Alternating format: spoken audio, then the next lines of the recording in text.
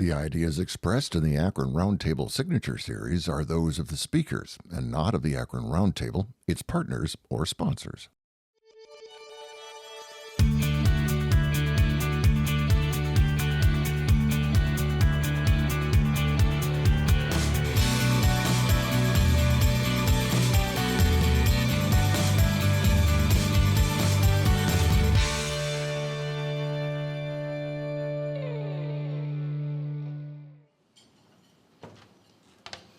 If you would, everyone grab your cards and put them in the air, if you would. And you are capable, say it with me, 50 for 50? Not good enough, folks. 50 for 50? We'd appreciate all of your donations as we persevere through our 50th anniversary. Thank you so much. With that being said, thank you, Donna Delgado.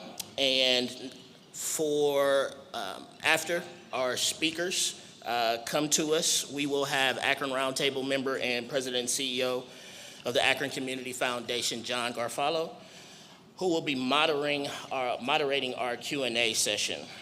To submit questions, you are welcome to capture the Asker QR code that should be projected on the screens beside me. They are also available in your brochure, or you may request a physical card by way of one of our Akron Roundtable staff that will be collected near the end of our speakers' time. At this moment, please take out your mobile devices and silence them for the remainder of the luncheon. We would be greatly appreciative. We would also like to acknowledge in this moment our program sponsor, that is US Foods. Let's give them a round of applause. And at this time, I'd like to invite Dan Hampu, President and CEO of Burton D. Morgan Foundation, to share about local entrepreneurship in our community, and also Brady Marks, who is Program Director and morning show host at Rubber City Radio Groups, who will introduce our speaker. Thank you. My name's Dan Hampu, and I'm with the Burton D. Morgan Foundation. We're glad that you're all here today to celebrate with us. And to start off, I'll just say, I'm going to start by just reading some excerpts from this book, The Muffin Man Chronicles, Recipes for Entrepreneurial Success by one Steve Marks. I'm just kidding. No, but in all seriousness, thanks to the Akron Roundtable for inviting us to be a part of this special anniversary. For 50 years, Akron Roundtable's brought together leaders around ideas and conversations that have helped shape our community. And this anniversary year is an especially meaningful one, because it highlights individuals whose lives have been dedicated to the Akron community and their work has gone to enrich it. And there's no two better exemplars of that than Steve and Harvey Nelson. At the Burton D. Morgan Foundation, we champion free enterprise by investing in individuals who embody the entrepreneurial spirit.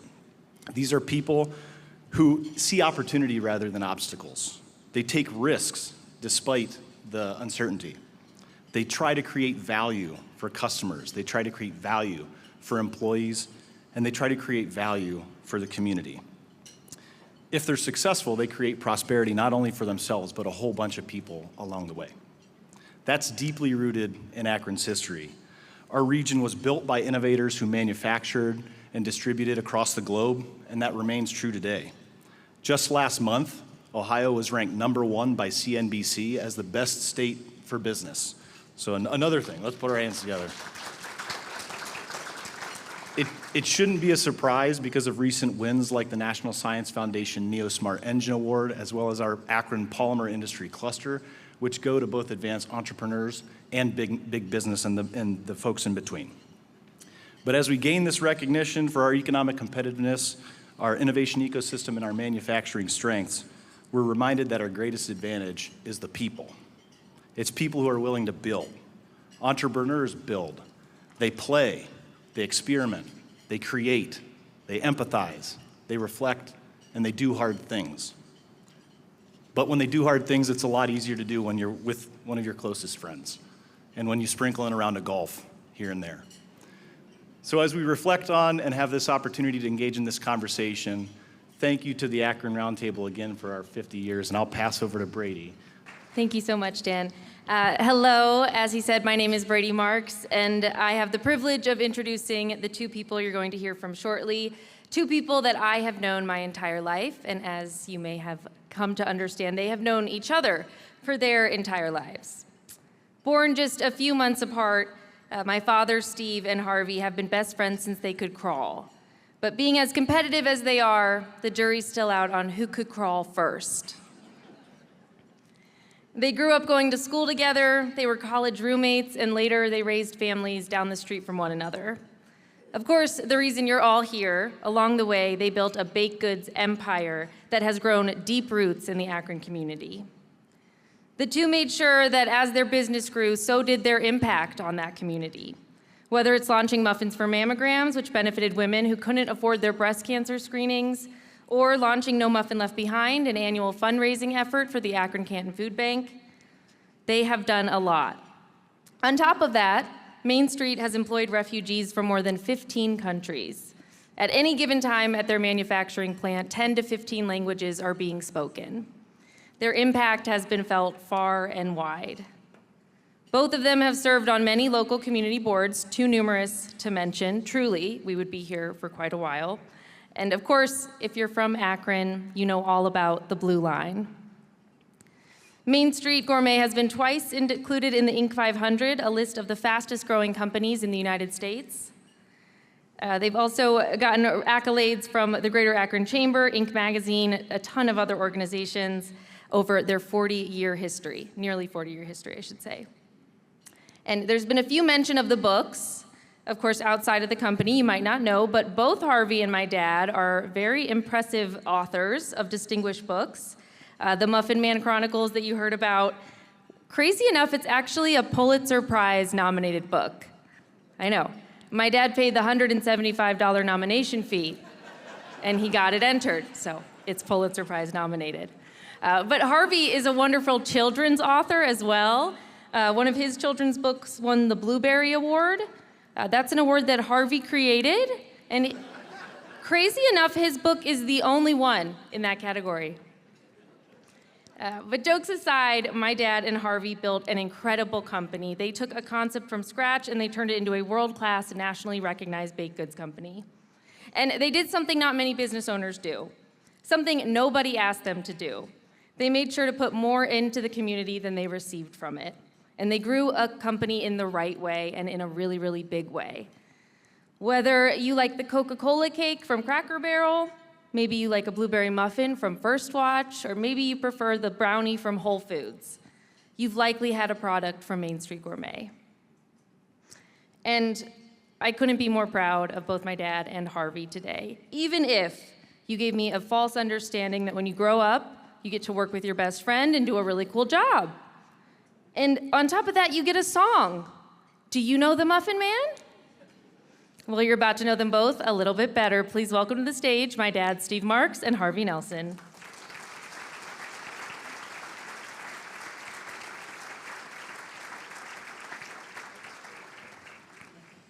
(14,507 BCE). Henrietta, Gorg the Great's favorite mistress, makes the first muffin in North America. Gorg complains they're too salty. 1964, while exploring a nearby cave, 5-year-old Harvey discovers Henrietta's original muffin recipe. He has plenty of time to memorize after being put in a 3-day timeout for running away again. That was a brief history of the muffin. Hello, everyone. We are honored and excited to be here today to tell you our story. Dan, thanks for those wonderful comments about Akron and your organization. You do some amazing things. Brady, thank you for that introduction and enthusiastic setup. I can't wait to hear what we're going to say. I will say this, you've been like a daughter to me, so a very special daughter, and very proud of your accomplishments.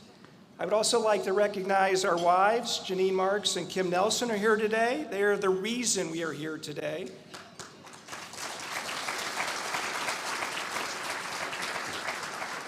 They drove us here. Seriously and obviously, they are the backbone in any success we have had. We are only hopeful that they will stay to the end. because we need rides home. So it's also great to see so many familiar faces here today. I know we have the Main Street Gourmet crew, the Akron Marathon crew is here as well. They have all heard these stories so many times, but fortunately, Harvey and I have embellished them over the years, and they'll hardly recognize them, I'm sure.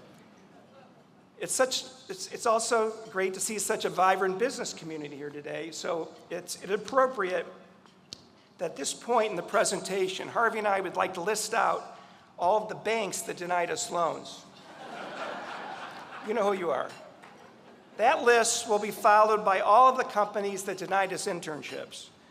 So those names should cover most of the tables in the room. So talk amongst your table to see if you have somebody in there. But the story of Main Street Muffins, and ultimately became Main Street Gourmet, contains the good, the bad, and the ugly. I will focus primarily on the good and the bad, and for obvious reasons, Harvey will specialize on the ugly. Harvey's parents and my parents grew up together and were cherished friends. Our grandfathers played pinochle together every Monday night for 50 years. Legend has it that I met Harvey in nursery school when he took a muffin I was eating. Needless to say, we know each other pretty well. I am often asked how our partnership was able to be so successful. The simple answer, I am a very tolerant and forgiving person. Absolutely. But somehow we continued to be friends as we grew older, culminating in living together in college in a house where we threw many, many parties. But we also would tag our bathroom cockroaches with shaving cream so, we'd get to understand them better. We also began our business partnership at this time. We were first going door to door, working to get leads for the greatest tin man we knew. Like if one of our leads for aluminum siding hit, we'd get $500. Back then, that meant a few weeks of blowing $500. However, our more successful business, and I'm pretty sure the statute of limitations have run out, we were bookies for all the degenerates we knew at the University of Akron, and also our degenerate childhood buddies who are around the colleges around the country. I can't remember what Steve did with his profits, but I pretty much gambled mine away, learning the important lesson that it's always better to be the bookie. When I was growing up, I always wanted to be in business, to have my own business. I didn't have any real wage-type jobs growing up. I had a paper route, I washed cars, I mowed lawns. My only real job was that a clerk at a hardware store in Fairland, Wright's Fairland, if anybody remembers that. One day I was asked to build one of those ortho pesticide displays, and I brought my boss over to show my great work when the display started to wobble and then eventually collapse. I wasn't really aware that ortho is a highly toxic product. Anyway, after the fire trucks left and the store reopened 2 days later, I was back to car washing and lawn mowing. After high school, I went to the University of Akron, obtained an accounting degree, and started working for the CPA firm of Coopers & Lybrand in their Akron office. By the way, that time in my life and more is covered in my Pulitzer-nominated book, The Muffin Man Chronicles, available at Amazon and wherever books are sold. I grew up immersed in a small family business, Nelson Stag Shop, for any of you old enough to remember, but you'd also remember dial tones and bell-bottom pants. It was a men's clothing store and where I learned all about sales and also having fun at work. I was always much younger than everybody, so they spent a lot of time entertaining me. I played a lot of sports back then, but I always liked writing and drawing. There was not much I didn't like to try. At some point in my late teens, early 20s, I just wanted to experience everything I could. I dabbled in skydiving, hang gliding, whitewater rafting, rock climbing without ropes when I should have had ropes, running marathons, and hitchhiking for months at a time across America by myself. I also dabbled in college, but of course, by the way, do you notice that in the slide, very nice shorts I got on there? I also dabbled in college, but of course wanted to experience more, so I talked the engineering co-op office at the University of Akron. I was majoring in math, not engineering, but I talked them into giving me a co-op position at B.F. Goodrich in their computer department. This was back when large companies really invested in people, and I learned to do coding and analysis for the business applications on the large mainframes of the day. But the lessons I learned there, to organize and manage large projects paid off big time in growing our business. Another interesting experience at this time, sometime in this prehistory of Main Street, occurred. I moved to Albuquerque, New Mexico. I took a job to live in a group home with 11 to 17-year-olds. It was they had about 12 group homes there.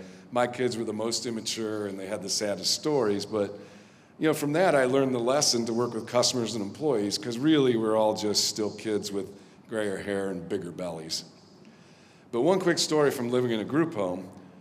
First day, a kid named Morris, he looks up at me, and remember, I'm in my early 20s, I am in great shape, and I tower over this kid. And he says, "I'm gonna kill you tonight in your sleep." And I looked down at Morris and I said, "You go for it, Morris. I love a good challenge." So I survived the night, and the next day I knew Morris was starting to like me, because when he saw me, he looked at me and said, "I'm gonna pee on you tonight in your sleep." And I thought, wow, things are looking up. At least he's not gonna kill me. In 1985, my father asked me to join him for lunch and ultimately attend a sheriff's real estate auction. For those of you that don't know, these are auctions on property with delinquent real estate taxes and open for purchase by the public. These auctions are very unique and fascinating. Oftentimes you can buy a piece of property for like $25, and sometimes that'd be too much. You don't want to be buying property that has environmental issues, easement issues, or other problems. A property came up for bid at 214 South Main Street, and the bidding started. You know how these things go. At $200, though, it was going once, going twice. I couldn't believe it. I worked at 50 South Main Street, and I had a fairly good idea where this property was. I chimed in $300. We went back and forth, and when the bidding crossed $1,000, I remember looking at my father's face, which eerily resembled the same expression when I crashed the family car at age 16. Here I was at my first auction, bidding on a property that I'd never seen. Not a good combination with these types of things. The bidding went on for some time until I eventually bought the property for the tidy sum of $5,000. And I remember leaving the courthouse and literally running down Main Street to see where my net worth was located. But unbelievably, my $5,000, they just purchased a 5-story building in the heart of downtown Akron. Later that week, I learned that the city of Akron put together incentives to promote activity in downtown. Low-interest loans, construction grants were just a few. There was only one catch. You had to include a retail store as part of the property in order to get all these enticements. Even with this incentive, I still had the issue of how to pay for this property. I didn't have $5,000. So I did what any semi-irresponsible 26-year-old would do. I opened 2 credit cards, each with $2,500 of available credit, and consummated my purchase. Harvey, who was wandering lost and confused, was asked to join this operation, to open a retail muffin shop on the street level of the building. We are often asked, what baking background did we have? Just to clarify, we didn't have Kenner Easy Bake Ovens as kids, if you know what those are. We didn't have any special culinary skill set. We couldn't boil water. We simply just wanted to be in business. So in January of 1986, much to the chagrin of our parents and disbelief of a lot of people, Harvey and I quit our reputable jobs to become muffin men. Well, actually, not sure what reputable business I quit. But for me, when Steve asked if I wanted to renovate a building and start a business, I said, of course. It would be another experience that I would do for like a year or 36. Plus, I could do more than it turned out I could do more than boil water. I was a pro at peanut butter and jelly sandwiches. I could also scramble eggs. And fortunately, I also had construction experience, working a few summers with my friend's brother doing landscaping and patio decks. My main job was to dig post holes with a manual post hole digger. Turns out, that's all you need to do to renovate a 70-year-old building that hadn't been used for 15 years and the roof been leaking for 8. We assembled the bad news bears of construction crews, and in 9 months, we got it done. There's lots of stories, but I'm just going to tell you one about replacing the roof. We initially thought we just placed the ballast roof material, with new rubber roof. Easy peasy, no building certificates needed, no drawings, just rip off the top and roll out the new roof. I remember it was this beautiful sunny fall day. The roofing team showed up, and this was going to be our first actual physical task. I was in the first floor when Paul Gray, the owner of the Young Roofing Company, came down and got me. He said, "Hey, Harvey, can you please come up to the roof with me? I need to show you something." And no problem, I thought. This will be some easy decision. So we could see most of downtown downtown Akron from our vantage point of the roof. I mean, it was a really cool scene. And I said, "Okay, Paul, what's up?" "Watch this," he said. And then he took a tool and smashed the roof. Pieces of the 12-inch concrete slab that was holding up the roof splintered and fell to the 4th floor below. The years of neglect had eroded the structure.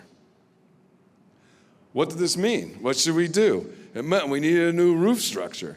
It meant we had to get it done now, and it meant we needed drawings and permission to build, and it meant this was no time to follow the rules.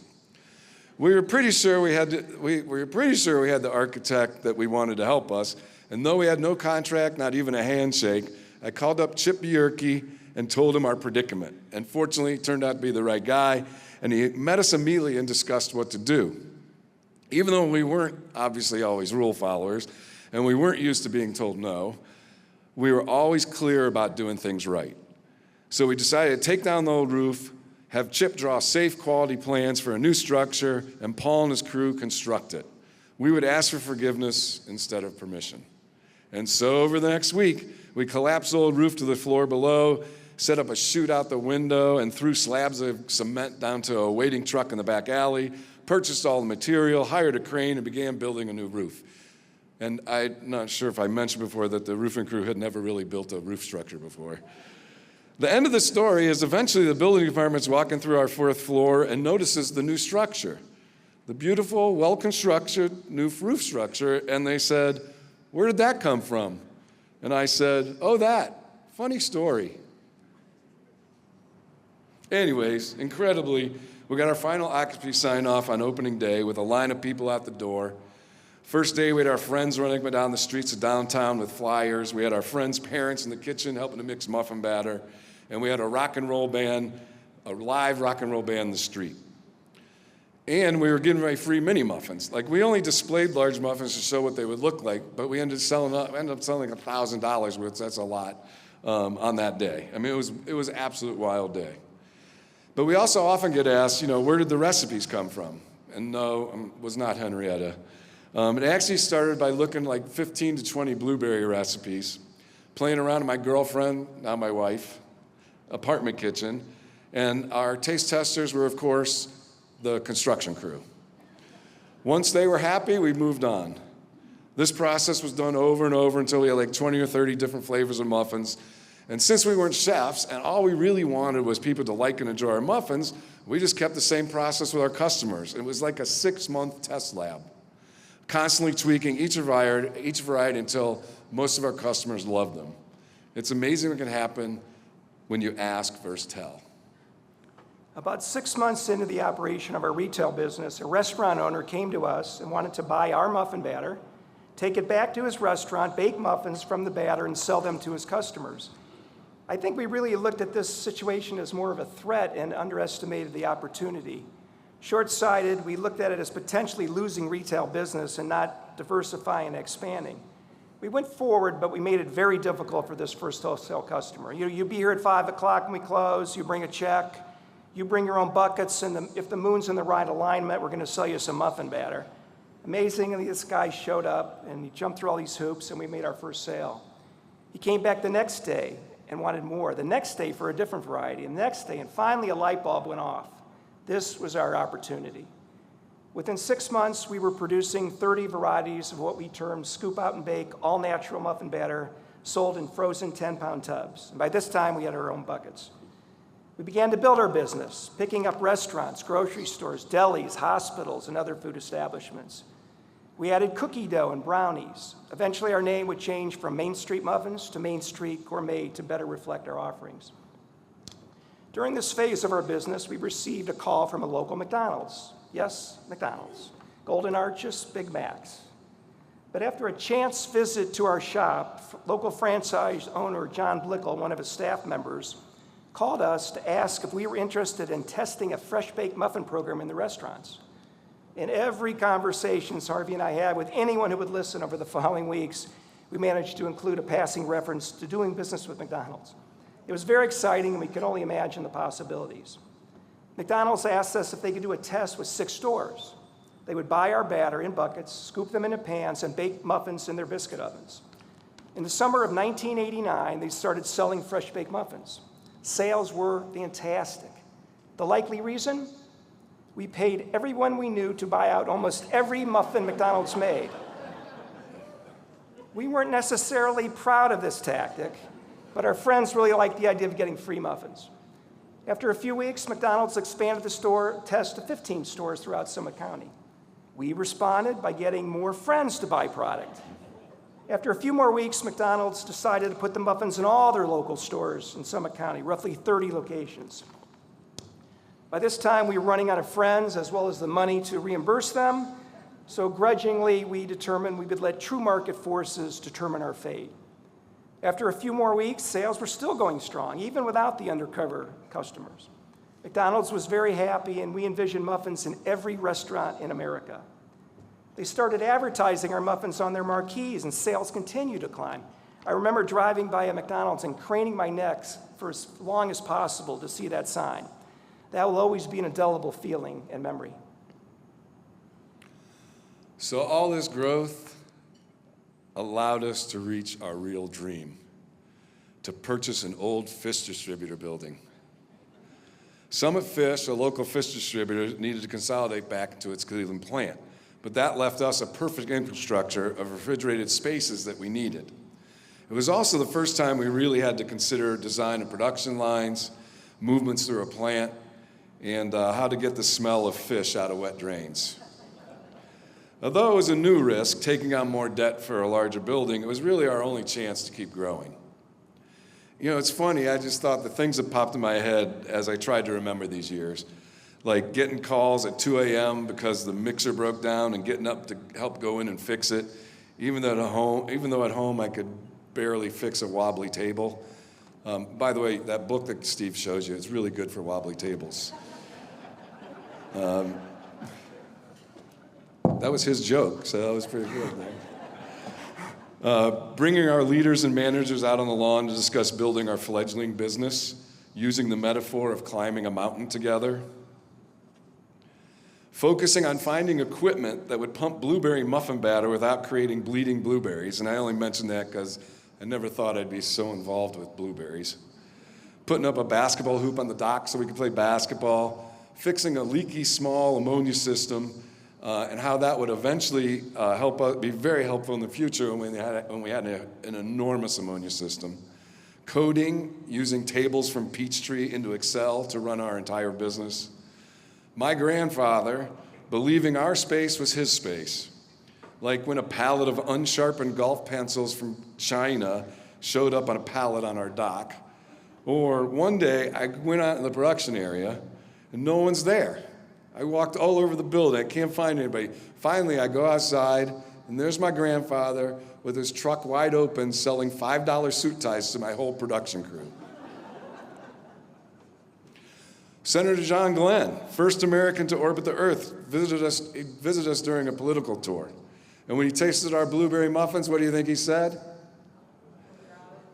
No, he didn't say out of this world. He said not bad. Running the hot water before a McDonald's audit so it would be warm in case they checked. But also, who just groaned there? That was a good one. But also how doing the work to meet McDonald's standards, it ended up giving us a real powerful advantage over competitors our size. I mean, all this growth got us into the Inc. 500, which is the fast 500, at the time was the fast 500 fastest growing companies in America, which we also learned that the Forbes 400, they made money, the Inc. 500, you just put the money back in the business. But with more growth, eventually it meant time for another move. But this time we would actually build new. And even though we've taken plenty of risks, this one seemed enormous. But we made sure we got a street named after us, Muffin Lane, so therefore we knew it was definitely worth it. I can't go through all the details, but all I remember is it was a Sunday, the building was almost complete, and I had to go there for some reason. So it was 25,000 square feet now, It had a huge refrigeration footprint, had a towering flour silo. And I stood in the parking lot, and I looked at the building that seemed impossible to be ours. And the first time it hit me, and I said, oh, damn, look how far we've come. And then I said, oh, damn, how are we going to possibly fill this much space? In 1995, we formed a board of advisors, and during one of our meetings, we brought up the concept of selling the business. One of our board members was a venture capitalist advisor, and when he heard this, he pulled us aside, and after the meeting, he said if we were interested in selling, they would be very interested in buying. It snowballed from there, and before you knew it, we had a letter of understanding. A lot of thoughts and emotions were going through our minds at this time. Harvey and I were both married, we had started families, and things were going great, but there was always the potential of our egg baskets could one day be crushed. But after a lot of late night discussions, we decided to move forward and sell the company to the venture firm, though we would stay on under the new ownership and build the business even bigger. The buyer, though, also wanted us to merge us with a specialty fish company that imported fish from the Amazon River region. Merging us with a fish company? We didn't understand it, but what do we know about the merger and acquisition business? We kept asking ourselves, why is fish continually entwined in our history? So now it's around 9 years since we started. Having a boss, that was new to us. We were still driving the car, but the backstreet drivers, they took some of the fun out of it. Yet looking back, it turned out to be another great learning experience because we learned to work with financial investors, and that turned out to help the next couple times we sold, which, of course, we didn't know that at the time. But it was during this phase of the story that we began our next pivot. I mean, we were aware that it was important to look outside your bubble. We had a good business, we had a good business strategy, but that only lasts until the environment changes. And as you know, it's always changing. So mom and pop restaurants were losing market share to the chains. Small food distributors were consolidating as well, and our current business model was selling muffin batter and cookie dough to these smaller players, using mostly smaller distributors. So we had a lot of ideas, but one stuck. We could see restaurant chains would need to differentiate. I mean, if they all sold the same blueberry muffin, how would that help them against their competitors? So we knew we were really creative, we knew we were really flexible, and enough of both of those to give us an edge over the big boy manufacturers that would not be able to provide the products that we could provide. So originally we forayed into custom muffin batter, custom basically batters, but it quickly morphed to custom baked goods. This meant we needed a whole new structure, but we had to still maintain the cash flow from our current business. Again, lots to present, but I'll just say my best estimate is it only took us, I don't know, I'd say 10 to 15 years to create processes and systems that made us an unstoppable custom frozen baked good company. I do have one story. We realized our custom customers were going to be asking for baked good, actually baked. This meant we needed to get back into baking because at the time we only produced batters and doughs. This is where having financial investors paid off because we found a small company on the East Coast called Isabella's. They sold fat-free and sugar-free muffins into some grocery chains, and it turned out our plan, this was our plan. Our plan was to acquire them, do a planned expansion to add the ovens, and then it turns out it's this brilliant move because we got the cash flow from the Isabella's to pay for the expansion, but it also got the ovens in there so we could bake for our new fledgling custom business. We also solidified, as Brady said, we solidified some of our community efforts where me and Steve always felt like we were really, really fortunate we should give back. So, you know, it was always a win-win-win. It was a win for the community, a win for the nonprofit, a win for us.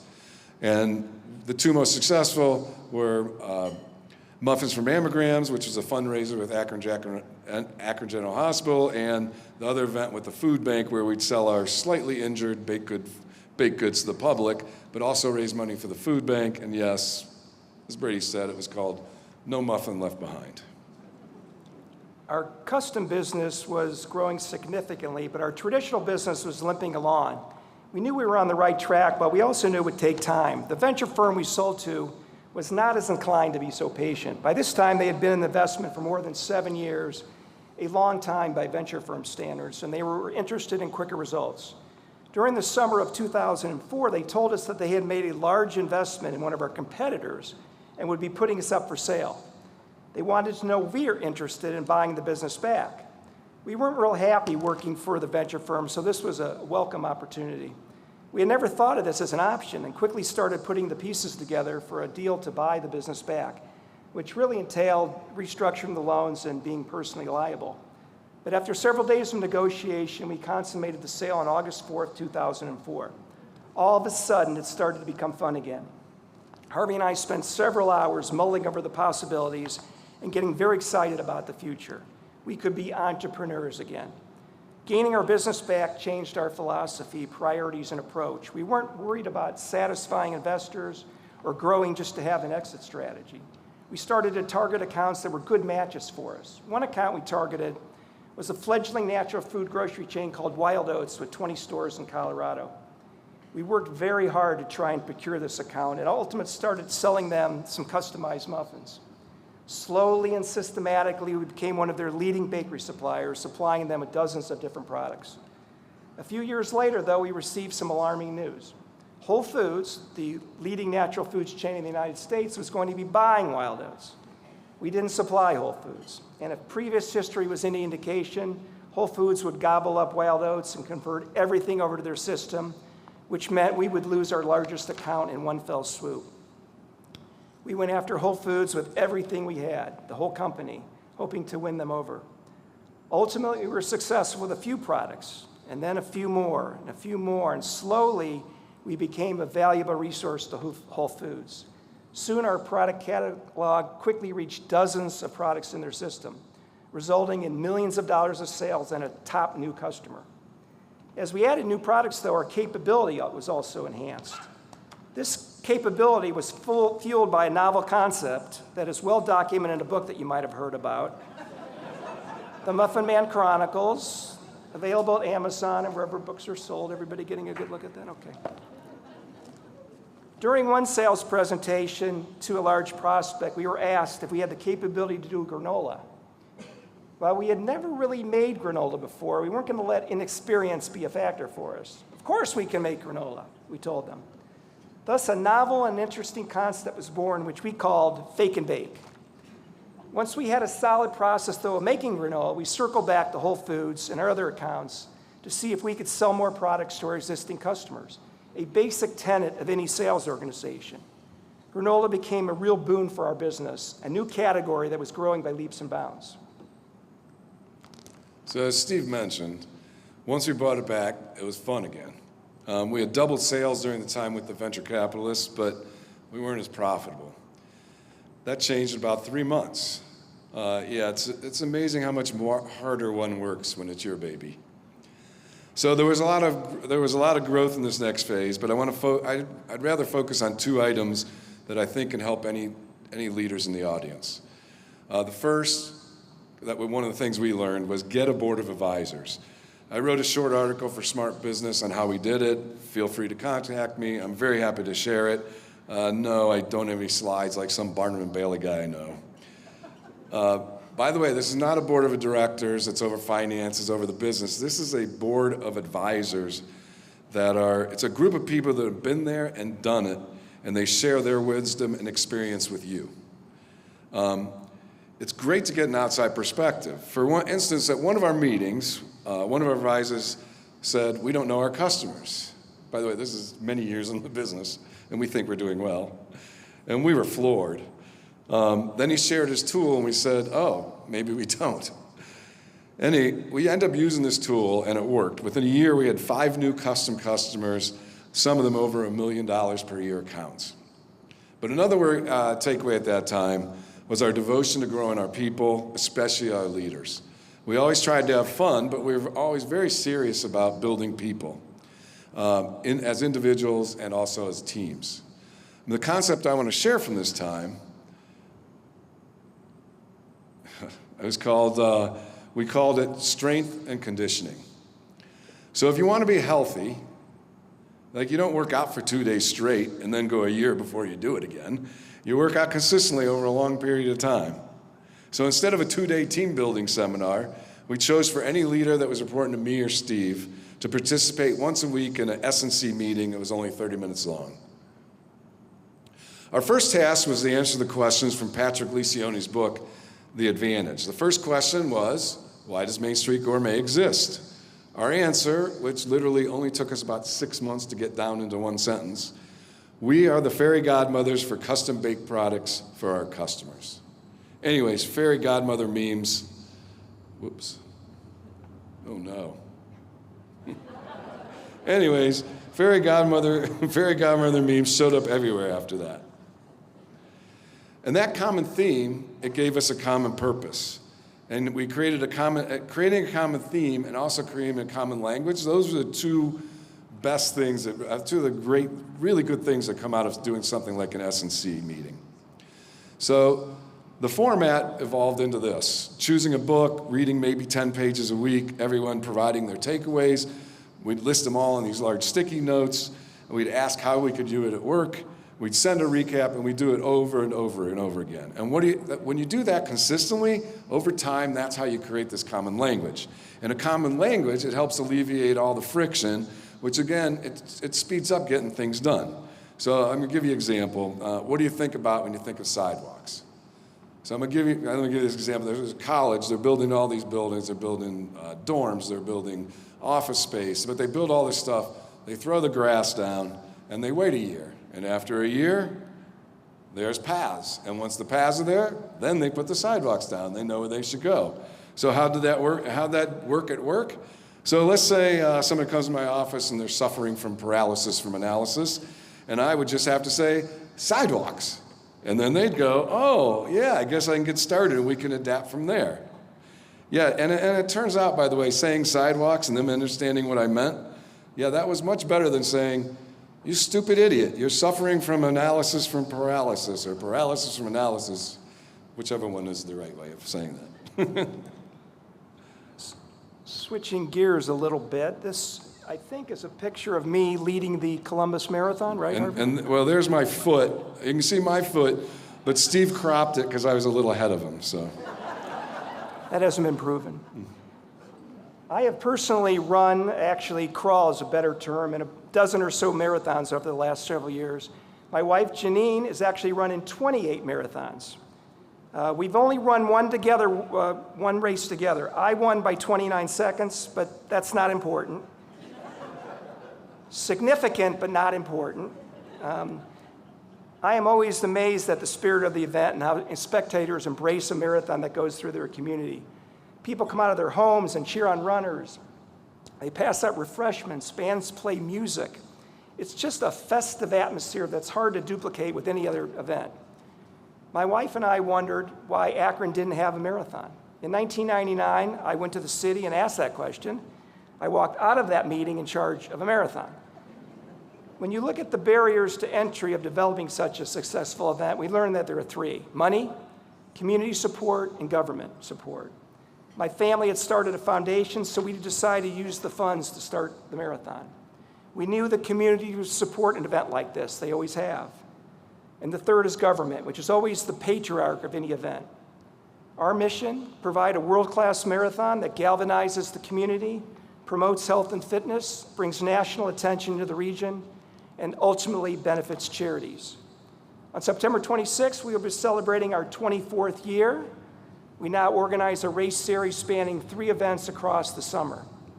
We have an incredible CEO, Ann Batong, and an amazing staff who are here today.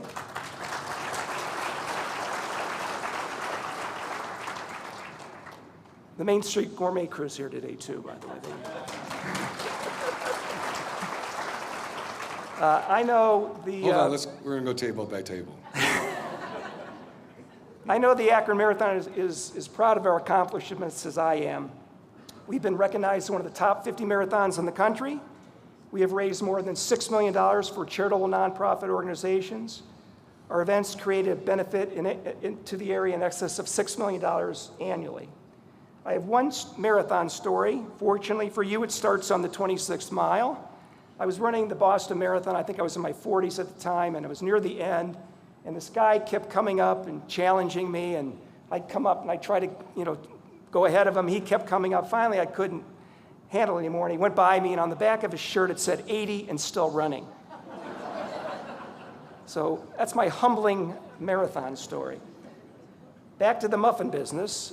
In 2011, we had decided that it might be a good time to sell part of the business and take some chips off the table. We hired an investment banker and went through the ugly process of putting herself out there. It came down to two companies, a slick New York private equity firm and a startup by two guys in their mid-30s named Clover Capital. The New York firm was the highest bidder, and we tried to like them. We tried really hard, but we were intrigued by the startup. It was good chemistry, and we knew that they'd be good partners. It was also their first deal, and it had to work for them. So in 2011, we ultimately sold control of our company to that startup while continuing to run the business. So we made the right choice. We learned from the past that the sale was like getting married, and finding the right partner was top priority. But it's funny how you figure that out. But sometimes it's like the simple face-to-face interactions that tell you the most. And for me, it was the first time I met Dave and Alex, the two young private equity startup guys. We had a sort of get-to-know-you dinner. Which we usually did typically the night before. We did like a dog and pony show for our investors. And at some point in the conversation, gambling comes up. And I said, Asians gamble more than Jews? Me and Steve are Jewish. Dave and Alex were Asian. And David says, you don't see her win in Jerusalem, do you? And I knew right then I liked those guys. And this turned out to be a fun time. We had a great group of investors. We had really great leaders and team members. We had a great strategy, and we had done a really good job of creating processes and infrastructure. So, once again, time to plan for the future. We needed more space, and so the expansion plan began. And while we were at it, we decided we might as well find and install a new ERP system. I remember saying, hey, I guess if we're going to have a baby, we might as well have twins. Yeah, and after taking on two huge projects at once, I recommend not having twins. But once again, somehow we persevered. However, one event during the expansion may have been the catalyst for me and Steve to ask ourselves, what's the end game? Part of the expansion involved our ammonia system that was the engine for our refrigeration. We had compressors, ammonia tanks, condensers, all resided in a separate structure outside the building. So anyways, on a Friday during construction, they were doing the new roof of that part. And the roof was not completely finished, and the roofers thought, we'll just tack on some shingles, we'll close up, and we'll finish this on Monday. Unfortunately, on Sunday, we had an unbelievably horrible storm. The temporary tacking didn't hold, and our compressor room was flooded. So it takes a while for the freezer to heat up and get the freezer alarms, so it really wasn't until Sunday evening we knew something was up. So then, we had to go get an ammonia tech. This is Sunday night. Get an ammonia tech, get an electrician in. We had to get all the water out, especially around all the electrical equipment. We had to ice down the compressors to get the ammonia back to the compressors, which meant we had to drive to a local gas station back and forth to buy out all their ice inventory. Then we had to start up this massive condenser without the variable drive, given the warning that it may destroy it, and if it destroys that, we have no refrigeration. Then our ammonia tech had to do some magic ammonia dance to get the ammonia back to compressors, and it turned out we had one last chance at 5:30 in the morning to make it work. And it was like, do we risk it? It was like, do we call off production that starts at 6 a.m.? Do we implement our plan to move $2 million worth of frozen inventory to another storage facility? Are we getting too old for this? After the freezer episode, we were pretty convinced that it was time to sell again, and ultimately the board agreed. We had grown significantly. Sales were in excess of $40 million. We put ourselves out there, and two large Chicago-based private equity firms were competing in order to purchase our business. A private equity firm called Shore Capital flew in on their private jet and wowed us later with yacht trips along the Chicago River. As it turns out, we would have several excursions and dinners on that yacht, which eventually prompted a response from Harvey. I don't want to go on that yacht again. I think that's where the phrase "no complaining on the yacht" actually came from. But the due diligence process was very intense, no stone unturned. I think at one point they actually asked for our 23andMe passwords. It was that kind of an ordeal. But in September of 2019, we finalized the sale. A month later, as planned, I retired, with Harvey staying on to help with the transition. We both served on the board with several yacht trips along the way. So, although a different type of partner, we were really fortunate to pick the right partner again. This time we knew it was a partner to shepherd our baby to the next level, and that's what they did. Steve and I remained on the board through Shore Capital, which is headed by Justin Ishbia, who now happens to be part owner of the Phoenix Suns and soon the Chicago White Sox. We grew through organic growth using Main Street Gourmet as a platform and then buying bakery companies around us. The larger company became known as Sweetmore Bakery, which we were able to sell for the 4th time in May of 2025. And I'm still amazed that we went from about $100,000 to $125,000 our first year in business to like a muffin shop on Main Street to a national baked goods company that's now got revenues in the hundreds of millions of dollars. It's been quite a journey. But Before we end, before Steve, I just want you to notice that we're celebrating, but Steve wanted a carrot, so he was more healthy than us. Before we end and most likely receive a standing ovation, it's possible, I want to say something about Akron, what a great place it is to start, build, and grow a business. People in our community truly care and have a sense of pride that to me is more than just hometown loyalty. When we hear the word Akron on our TV, our ears perk up and we want to know what it's about. When somebody says something negative about Akron, we take it personally, and it feels like a dig against us. Harvey and I had the ability to move our business to many other areas. It was never a consideration. We are proud to say we are from Akron, Ohio, the muffin capital of the world.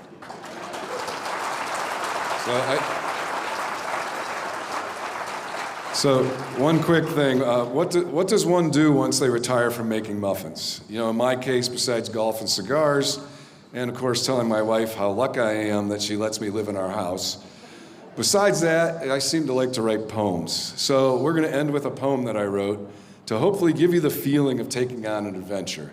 Hopefully you'll say I wasted my time on muffins. It's called We Will Spit Into the Hurricane.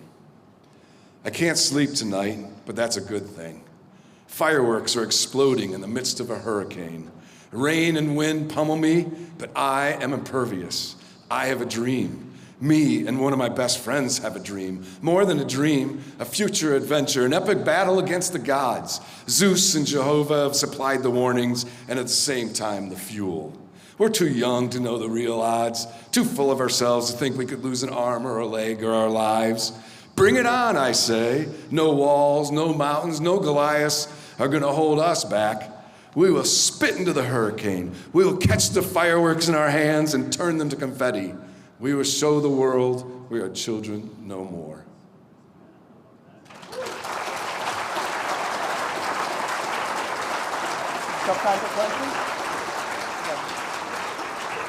Thank you both to Steve and Harvey for one wonderful, enlightening presentation. I remember inviting them to the foundation back last summer to make the ask for them to speak today.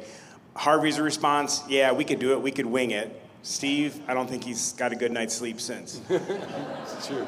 So a couple questions that we have time for. The two of you have known each other since childhood and were college roommates. What made your partnership work?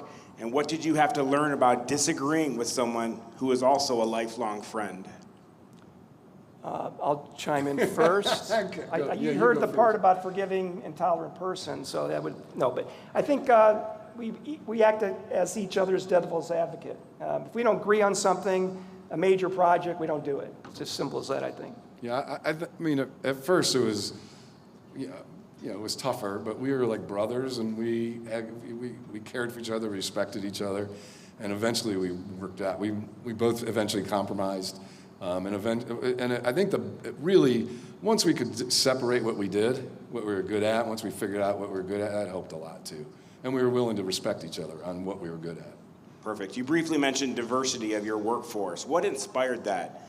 And what do people misunderstand about the contributions of refugees and immigrants in America? Well, Kelly Lobeck-Frischella, who's out there somewhere, she's our HR. By the way, I want you to know, Kelly started off, this is a great story, because Kelly started off opening cans of like corn or something, And she's now getting her, I don't even know how far in school, but she's been our HR. She's running HR for the whole company now. So unbelievable. So you guys should give her a hand because it's unbelievable. And she's also the one that was involved with the International Institute at first. And when she told me about it, we said, yeah, let's do it. And it has turned out to be, it's turned out to be awesome to see people from all over the world. We didn't do it to be benevolent. We did it because it made sense for our business. You talked a little bit about philanthropy and giving back to the community. What do you look for regarding operations, sustainability, and impact when you make a contribution to a charity? Well, most of the charitable endeavors that we've done, we've sort of spearheaded it ourselves. We wanted to have control of it. So whether Muffins for Mammograms, No Muffin Left Behind, we had various other kind of events that we sort of spearheaded. So it was important for us to control the narrative, I think. But I'd also, I'm on the more personal, stuff that I've been involved, like the food bank, and you've been on the board. When you get involved with something, then typically getting involved, being part of it, then the money comes after that. Typically I'm very philanthropic to the organizations I already know. It's harder to do it if you don't know them. Perfect. 2 last questions, because that's all we have time for. One, when is the sequel of the book coming out? Good. Excellent question. The good one, I'm going to be writing that one. And what is your Did I favorite? mention it was available at Amazon? You did mention it, Amazon.com. And then what is each of your favorite muffin? My favorite muffin is the Better Morning Muffin. It's a blend of carrots, walnuts, raisins, coconut, and spices. But the real reason it's my favorite is the highest gross profit margin muffin we made. I didn't have a joke for that, but it's zucchini nut. Zucchini nut. Please join me in thanking these wonderful gentlemen. This has been a production of Akron Roundtable, PBS Western Reserve, the University of Akron, and IdeaStream Public Media.